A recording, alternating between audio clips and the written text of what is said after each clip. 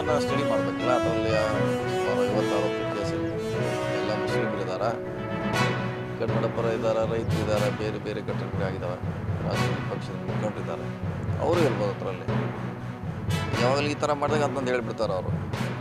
Muslim Pakistan ಅಂದರೆ ಜನ ನೇರವಾಗಿ ಅಟ್ರಾಕ್ಟ್ ಆಗ್ತಾರೆ. ಹೀಗಾಗಿ ಅದು ಸ್ಟ್ಯಾಂಡರ್ಡು ಅಲಿಗೇಷನ್ ಅವರು ಮಾಡಬೇಕಲ್ಲ. ಅವ್ರ ಕೈಯಲ್ಲಿದ್ದಾರೆ ಅದು. ಕೇಂದ್ರ ಸರ್ಕಾರ ಮಾಡಬೇಕು, ಅಷ್ಟು ಆಸಕ್ತಿ ತೋರಿಸ್ತಾ ಇಲ್ಲ ಅವರು. ಅವ್ರ ಸ್ವಂತವ್ರ ಕೇಂದ್ರ ಶಿಕ್ಷಣ ಸಚಿವರು ಅದ್ರ ಬಗ್ಗೆ ಆಸಕ್ತಿ ತೋರಿಸ್ತಾ ಇಲ್ಲ. ಯಾವುದೇ ಮೀಡಿಯಾ ಮುಂದೆ ಬಂದು ಏನಾಗಿದೆ ಸಿಗ್ತಾ ಇಲ್ಲ. ಬೇಜವಾಬ್ದಾರಿ ಅಂತಂದಿದೆ.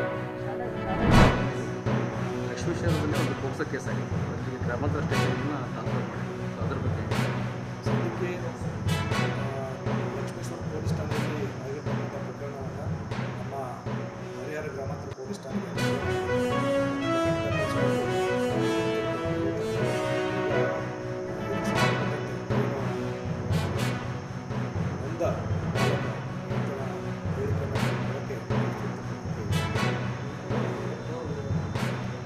ಊರಿಗೆ ಸಂಬಂಧಪಟ್ಟಂತೆ ಅದೇ ಅವ್ರಿಗೆ ಈ ಥರ